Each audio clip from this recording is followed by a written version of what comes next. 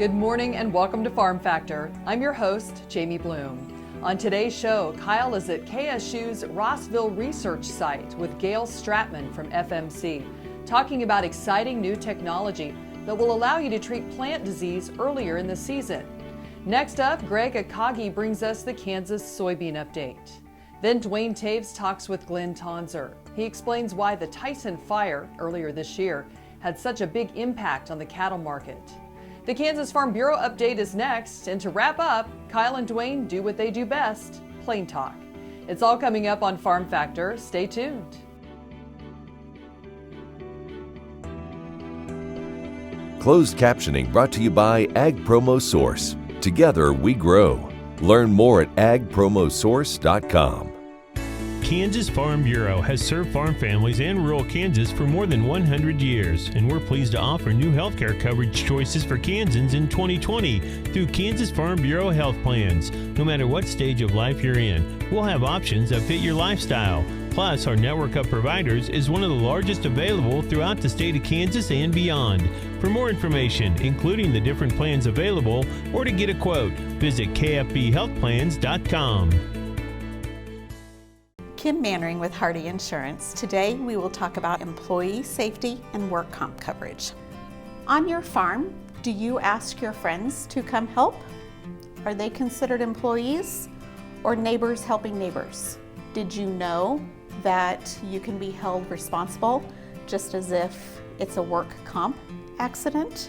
Give me a call, we can discuss. 316-945-6733. Imagine turning soybean oil, used cooking oils, and waste animal fats into fuel so amazing it drives U.S. jobs and our economy forward. Learn more about biodiesel at americasadvancedbiofuel.com. This segment brought to you by Kansas Farm Bureau, the voice of agriculture. To join today or for more information, go to kfb.org or find us on Facebook and Twitter. Welcome to Farm Factor. Kyle Bauer is at the Rossville Field Day and learns about exciting technology that will treat plant disease earlier in the season. Hi, this is Kyle Bauer. I have the opportunity to visit with Gail Stratman with FMC. We're at a field day at Rossville, Kansas, and as I listen to Gail talk about, I guess I'll call it new technology, or certainly it's a new way of using existing technology that really is awfully exciting. It is awfully exciting, and I would equate it as to new technology. You know, traditionally when we've thought about disease control in crops, it's been basically about assessing our disease level and then treating it and trying to manage the infection levels or to manage that disease in season with foliar sprays.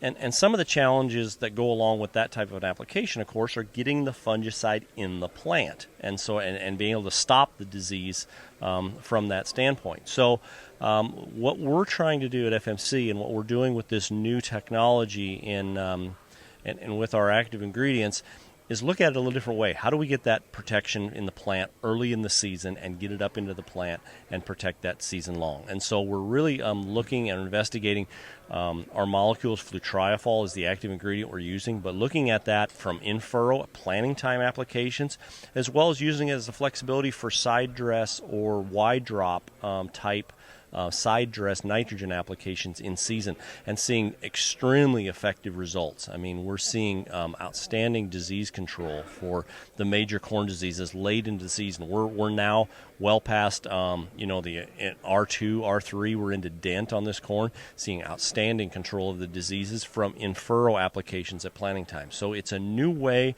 for growers to attack these diseases and manage their crop plant health. And be able to look at the yield response that we can get from full season disease protection and not just trying to stop it when we see it in season.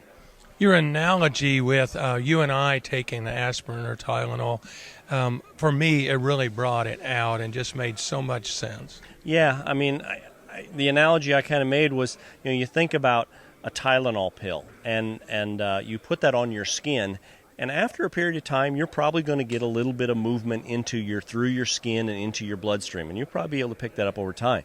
But that's not how you take a Tylenol pill. You take it internally, get it into your bloodstream, and that's when it's most effective.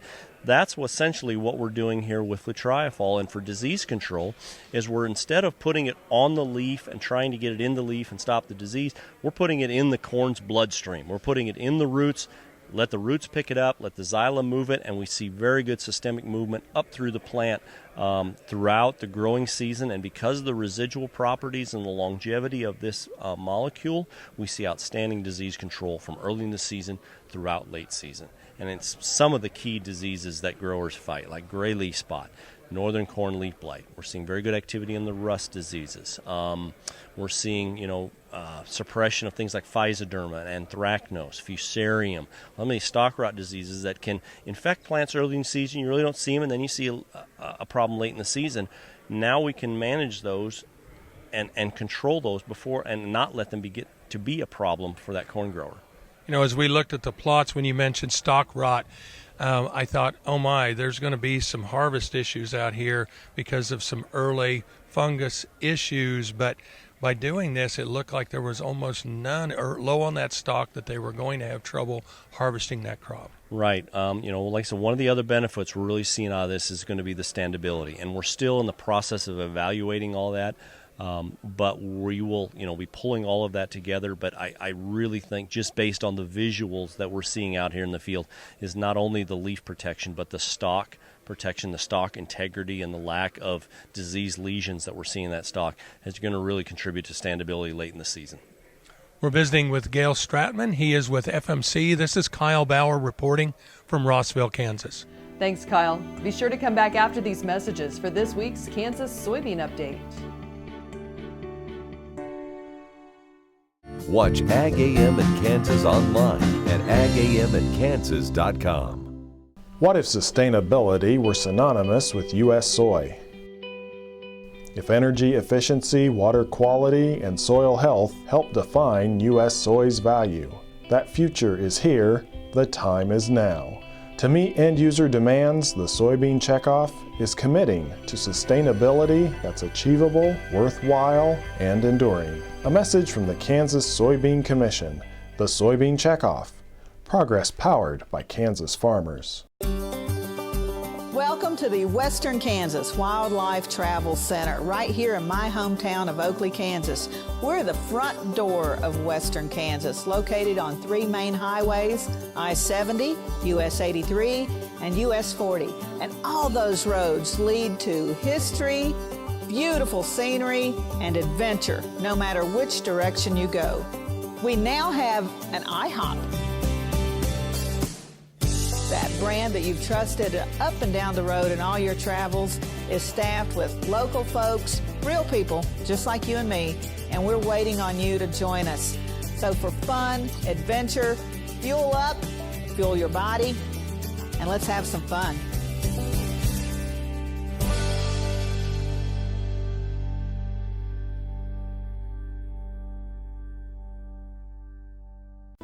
Valley Vet Supply is devoted to providing information and professional quality products at reasonable prices. Valley Vet Supply.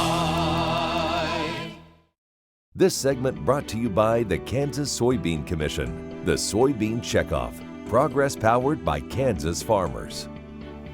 Welcome back to Farm Factor and the Kansas Soybean Update.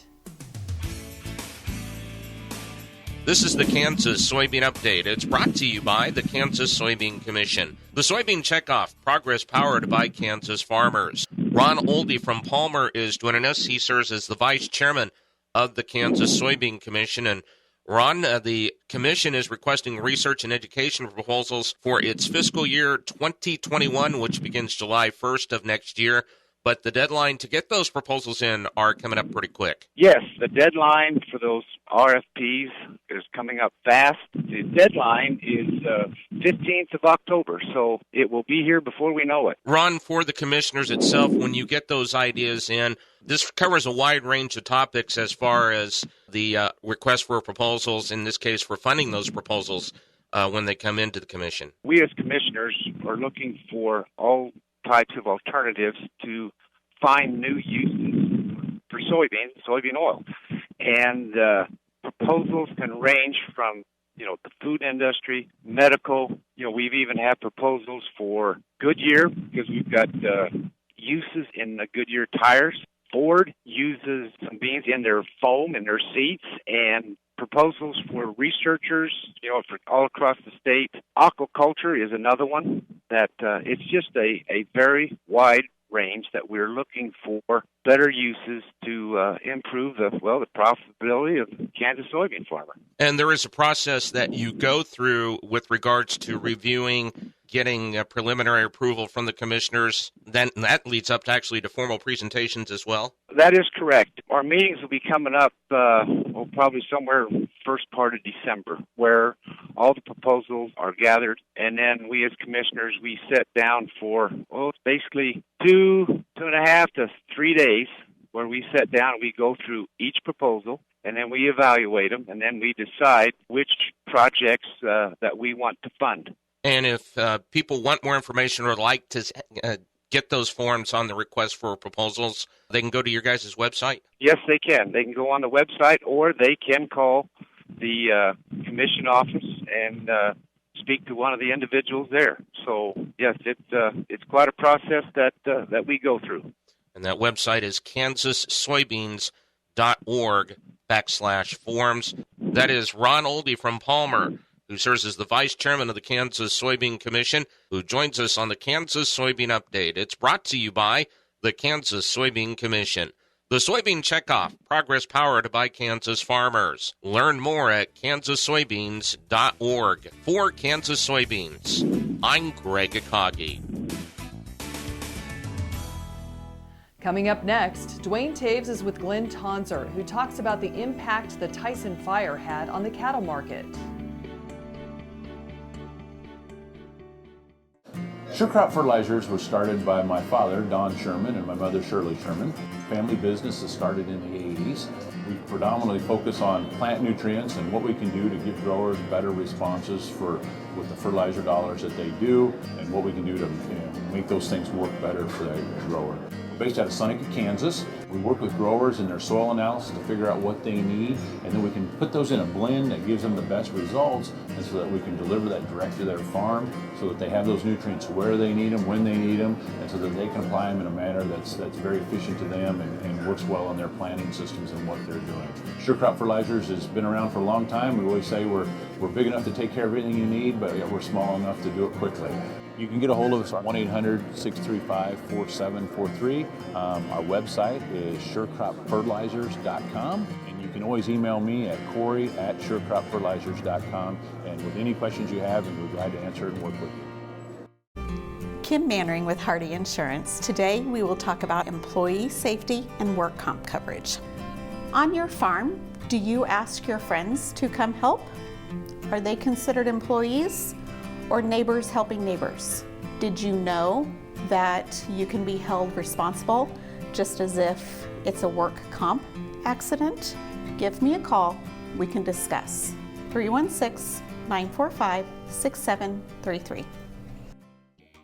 The Kansas Wheat Innovation Center in Manhattan is rediscovering ways to get improved varieties and new genetics in the hands of farmers faster. Grower-led and checkoff-funded research initiatives are bringing about positive change. This grassroots leadership provides a strong voice in Topeka and Washington, D.C. Now is the time to partner with Kansas Wheat in moving wheat forward. Kansas Wheat Commission and Kansas Association of Wheat Growers.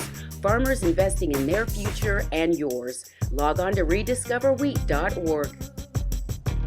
This segment brought to you by Sure Crop, liquid crop nutrition delivered right to your farm. We're back. Now Duane and ag economist Glen Tonsor talk about the Tyson plant fire from earlier this year. Duane Toews joining once again here on Ag AM in Kansas, and an opportunity to catch up with Glen Tonsor, Ag Economics Department at Kansas State University. Glen, unfortunately for the beef industry, we saw what a disruption in the processing industry can have an effect on the marketplace, the Holcomb-Tyson fire in southwest Kansas. Talk a little bit about some of the dynamics in terms of why things happened price-wise following that event. Sure. So quick recap, August 9th, there was a fire in that plant, represents 5 to 6% of our nation's capacity to process cattle and about a fourth of the capacity here in the state. So you see that's a big deal. The economist in me says when you have a hit to our processing capacity, two major things happen. One is the cost to process cattle changed. So in order to hit the same volume of production as a packing community, we now lost a facility. So to do that, we're going to alter or push harder the other facilities. And in many ways, that's what we did. So you have a fair number of plants that normally would process cows, cold cow plants, that are now handling steers and heifers. So that's a slight repurposing, if you like. And then you have a fair number of examples where cattle are hauled different distances and further. And then you've also got pushing some plants more, operating more hours on Saturdays. And we don't do any of those things for free. So collectively what that ends up doing is, in econ speak, is it decreases the derived demand for fed cattle, which really puts downward pressure on fed cattle prices, all else equal. And that's what we observed. So the week after the event, we had 2 limit down days. CME prices were down as much as they can go, both fed cattle and feeder cattle, actually. And then the other side, going the other direction, is, again, the cost of producing beef went up. And we had some concerns about, I won't say running out of beef, but the supply chain was a little tight. So cold storage stocks were low going into that. So meat buyers, and beef buyers even more narrowly, had some concerns, particularly the week or two right after the event, that we don't have a lot in the storage system, and we didn't really know exactly how much was lost and how long the plant's going to be down, and that kind of uncertainty. So that leads to buying interest going up for beef. So that same week, right after the event, we had 2 of the largest ever increases in boxed beef prices. So the event decreased demand for fed cattle, and in the short term actually increased the demand for wholesale beef, given the events that played out.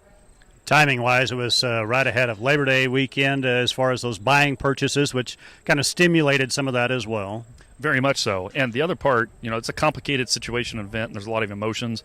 It's also important to remember, I made the comment that we were low on cold storage stocks, and for several months now, we've actually kept, feedlot weights coming into the plants in check. They're lower than we thought they'd be. Both of those are signals that were quote-unquote current. We weren't stacking back fed cattle weren't stacking up in the feed yard, and they weren't getting heavy on us. That's really good, because the market dynamics of this would have been worse. Our ability to absorb, the ability to wait a few more days to market cattle and all those kind of things was there because we were current. For our listeners, that may fall on deaf ears because it was a notable decline in prices. I'm not trying to ignore that. But in many ways, it was sort of as good as it could have been, given where we were at with the total production volume of animals in the system. What may be one of the big frustrating parts, I anticipate when that plant goes back online, is fully operational, we're not necessarily going to see a $10 jump in fed cattle price. Yeah, and so we're here at Stocker Field Day, and that was one of the things I shared was, first and foremost, when do we think the plant will come back? And our current best guess is January of 2020. Time will tell. And even after it's operating, it might take a while to get the bugs out of the system and so forth. So I'm hoping early 2020 it's fully operating. And yes, that will be supportive of live cattle prices. I mean, we bring it back on. It's the opposite of what we talked about earlier. But I'm not to the tune that I think we're going to add 10% value to cattle. I mean, it'll support. We'll go back to sort of normal processing operations, and that's supportive. But it's important to keep context, and I don't think it's going to be a major boost to fed cattle prices. Thanks to Glen Tonsor, Kansas State University Ag Economics Department, joining us on Ag AM in Kansas. Jamie, we'll send it back to you. Thanks, Duane. Come back after the break for this week's Kansas Farm Bureau update. Kansas Corn reminds you that E15 fuel is the right choice for every kind of driver. For the car enthusiast, E15 has higher octane. For the thrifty driver, E15 is priced lower than regular unleaded. For the nature lover, E15 provides cleaner air. For the shopper who buys local, E15 has more ethanol from our Kansas corn farms. Choose E15 for a higher octane, lower price, cleaner American fuel. Message from the Kansas Corn Commission. Learn more at kscorn.com. Valley Vet Supply is devoted to providing information and professional quality products at reasonable prices. Valley Vet Supply. This segment brought to you by Kansas Farm Bureau, the voice of agriculture. To join today or for more information, go to kfb.org or find us on Facebook and Twitter. Welcome back to Farm Factor and the Kansas Farm Bureau update. I'm currently participating in the Leadership KFB. I'm part of Class 5. The experience so far has been amazing. I've thoroughly enjoyed everything we've done. We've tried to tour around the state. We see all different facets of Kansas agriculture, and then usually so we do tours, and then at each stop we do some kind of professional leadership development. Some of the key things that I've taken away from the program so far is we did some strengths training to kind of recognize what's the best qualities that you bring forth. And if you know what those qualities are, you're going to be more useful to your organizations. You'd be like, well, I should take on this project because I'm better at doing, X, Y, Z. So I really liked that. We talked about how to get to your point quickly and still maintain it in a conversational way, so that when you're talking to other people about agriculture or whatever your topic is that you're trying to be an advocate for, you can do it more effectively. Because if you can hold their attention, you're going to get more time with them, and you're going to be more effective in getting your point across. We've talked about how to better engage ourselves with consumers, with other agriculturalists, to really put our best foot forward and be the best voice for our industry that we can. I think it's very important for farmers to engage with consumers, because if we don't tell our story, nobody does. And that's something that's been said over and over again, but it's very, very true. Something that's been said multiple times in the last couple of days to us is that the people who show up are the ones that lead and that make the choices and everything. And so that's very important. So if we don't say anything, then other people are going to be putting words in our mouth, and it's not going to be a very real representation of Kansas and American agriculture. I think that just Leadership KFB, the program I'm in now, is a really, really good program. I've gotten so much from it, and you might not know it based on the snippets I've given you, but I think it has a lot of value, and I'd really like to see that grow. Stay with us. We'll be back after the break with Plain Talk. Kim Mannering with Hardy Insurance. Today we will talk about umbrella coverage. Did you know that if your cattle get out, you could be held liable for that? Call me. Let's have a discussion. 316-945-6733. You don't have to be a farmer or rancher to become a Kansas Farm Bureau member. Anyone can join. As a member, you'll get discounts on things like hotels and entertainment, health and wellness services, cell phone plans, and more. You'll also strengthen the lives of your fellow Kansans and help build strong, prosperous communities through agriculture advocacy and education. Join us today. Visit kfb.org/join to learn more. This segment brought to you by Santa Fe Trail Meats in Overbrook. Let us help feed your family. Welcome back. Now let's see what Kyle and Duane are up to on Plain Talk. Hi, this is Kyle Bauer with Plain Talk. With that guy that always says, I never thought I was going to run till those cops came out of nowhere, Duane Toews. It's almost like that tree that ran out in the road, too. It ran right out there. Did you ever have one of those? Had a tree ran right out in the middle of the road? I never have. No, I'm trying to think if I've ever hit a tree. I've hit some other things, most of the time going in reverse. My dad was always big about that. Driving in reverse? Don't go backwards. You can't get anywhere in life going in reverse. And it's like, no, I mean, if you could back up 2 feet and then go forward, he was all about not going 25 inches, because don't back up any further than you have to. So I remember one of my first driving experiences. I was maybe not even of driving age yet, but close. And sand road, did a little oversteer, got to fishtailing in the old pickup and parked it right in the ditch. Fortunately, it didn't upset. I wasn't going that fast, and didn't hit a tree. There were plenty of trees around, but it didn't get that far in. So, Paige, her first car was an Eldorado Cadillac. Yeah, wasn't new by any means. And east of our house, there was a big chunk of metal in the road. Somebody lost it off of something, and she did not want to hit that. Yeah, so she drove right in the ditch.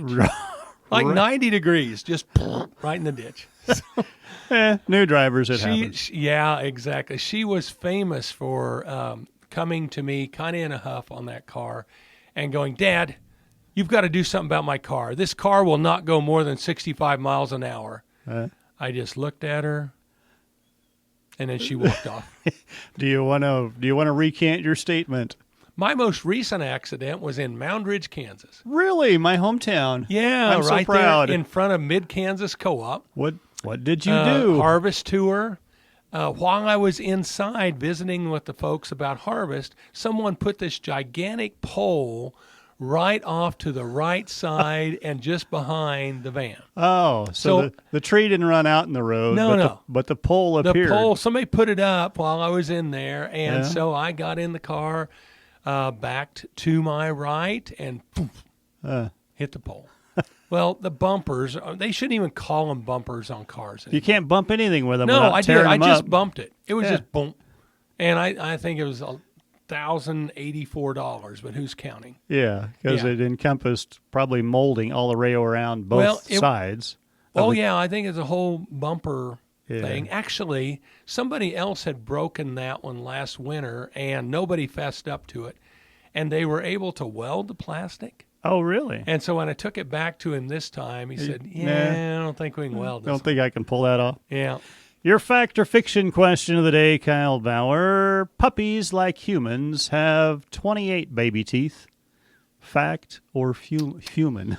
Fact or fiction? Fact or human? Fact or human? 28. Oh, 28. My goodness. Well, I know they have baby teeth. Don't know for sure when they lose them. 28. Yeah, that seems about right. I'll go with fact. Yeah, that'd be 12 up, 12 down. 12 up, 12 14, down. Or 14. Yeah. Depends on how you want to get to 28. Well, is that right? It is. They do have 28. Well, you stop and think about a dog. It looks, actually, when you think about looking in the mouth of a dog, it looks about the same as the number of teeth. It's not like when you look in the mouth of a shark. I mean, when you look in the mouth of a shark, there's a lot more teeth. I got to admit, I've never looked in a shark's mouth before. Well, you shouldn't do that, I'll tell you. Interestingly enough, puppies don't have any molars. They get those for the first time when they come in. Oh. They're not born with any molars. Right, yeah. They have all those long razor teeth. Yeah. Aren't they sharp? Sharp. Really amazing? sharp. I don't know why God made them with such sharp teeth. It's not like it's really... a defense mechanism. Okay, to defend themselves against their mother? Well, they weren't always at home, on the couch. They were in the wild. Oh, that's right, 10,000 years ago. Thanks for joining us. I'm your host, Jamie Bloom, and I hope you enjoyed today's show. See you next week on Farm Factor. Closed captioning brought to you by Ag Promo Source. Together we grow. Learn more at agpromosource.com.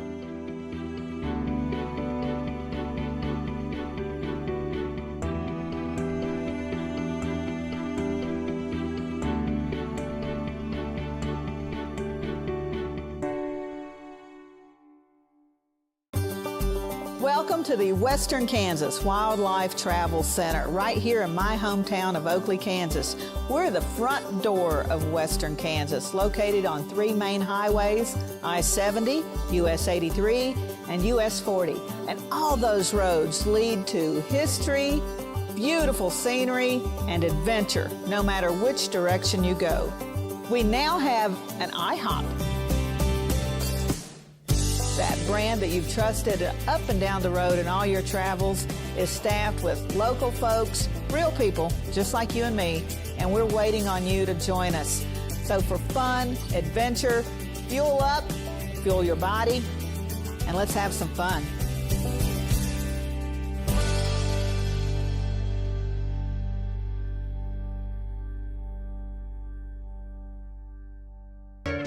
Ag Promo Source is a unique group of marketing specialists with one mission: help your ag business grow. Each affiliate has their own area of expertise, and they work together to bring you advice, products, and services. To get started, visit agpromosource.com. Ag Promo Source. Together we grow. Kim Mannering with Hardy Insurance. Today we will talk about umbrella coverage. Did you know that if you're held liable in any type of accident, the judgment can claim your assets? Please give me a call so we can discuss. 316-945-6733.